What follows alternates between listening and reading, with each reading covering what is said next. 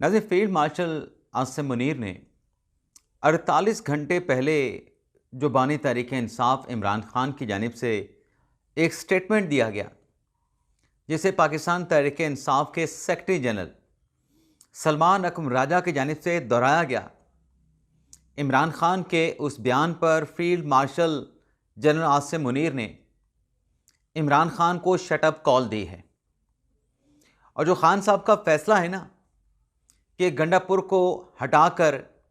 सुहेल अफरीदी को खैबर पख्तूनख्वा का नया वज़ीर आला बनाया जाएगा, ये जो तवक्कुआत लगाई गई हैं, जो उम्मीदें वाबस्ता की गई हैं, इन तवक्कुआत और उम्मीदों को लेके खैबर पख्तूनख्वा असम्बली के जो अपोजिशन है उसने क्या मुतहर्रिक किरदार अदा किया है और बाजी कैसे पलट के रह गई है। और इसी के साथ साथ DGISPR पाक फ़ौज के तर्जुमान लेफ्टिनेंट जनरल अहमद शरीफ ने जो 2 घंटे की आज प्रेस कॉन्फ्रेंस की है, इस प्रेस कॉन्फ्रेंस के जो 10 अहम नुकात हैं और इन 10 अहम नुकात में